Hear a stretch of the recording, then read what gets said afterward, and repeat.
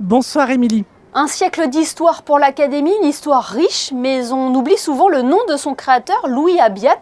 Qui était-il ? Louis Abiat est une des figures principales au plan musical classique en principauté. C'était un violoncelliste. Il est monégasque déjà, et ça c'est une grande fierté. Violoncelliste virtuose qui a traversé l'Europe avec son instrument.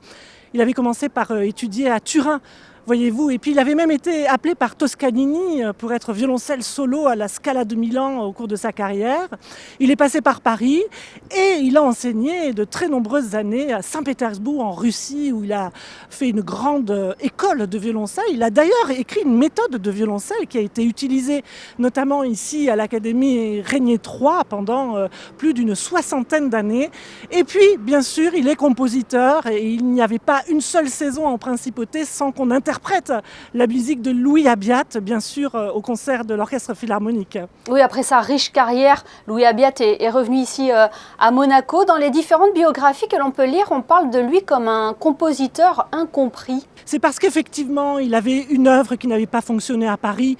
Donc on avait dit qu'il était incompris à Paris, donc incompris dans le monde. C'est faux, bien sûr. Bien sûr, il a été compris, mais effectivement, beaucoup à l'étranger et en principauté. Aujourd'hui encore, lorsqu'on joue sa musique, on se rend compte de la perfection de son style, à la fois très très romantique, très français, mais aussi très lyrique à l'italienne, si vous voulez. Alors Gustave Graef puis Marc César Scotto apporteront une nouvelle impulsion à l'Académie par la suite. C'est un nouvel essor qu'ils ont voulu apporter ?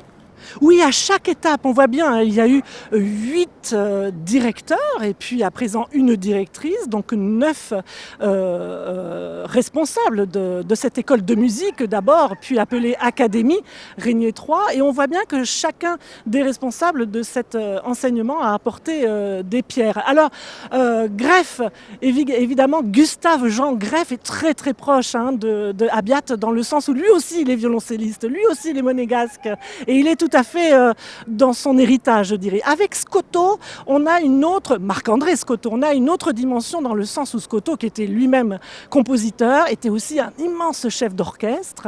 Il dirigeait l'orchestre philharmonique de Monte-Carlo, évidemment, et les ballets russes de Diaghilev.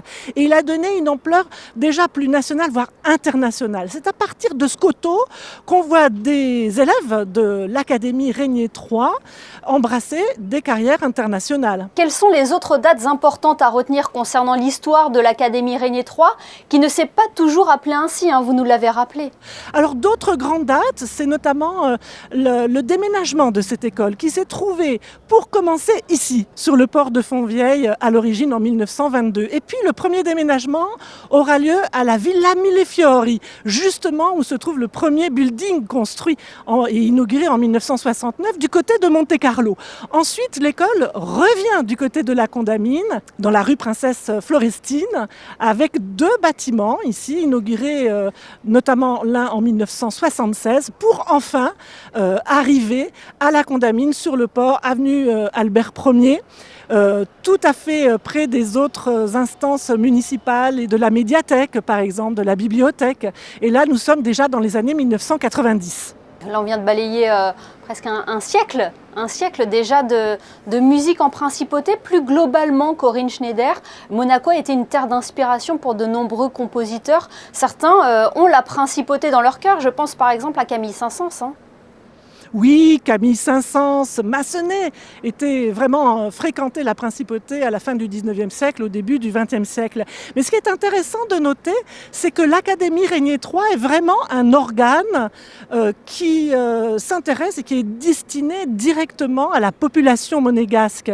Parce qu'évidemment, à Monte-Carlo, tout le gratin de la musique classique est venu jouer et pour la population monégasque et de passage, n'est-ce pas, dans les saisons hivernales, dans la grande saison touristique. Mais l'Académie Régnier III, elle, s'intéresse aux enfants monégasques et s'intéresse avec notamment ces classes à horaires aménagés, ce qu'on appelle les classes musicales, n'est-ce pas, à l'éducation musicale de la population monégasque.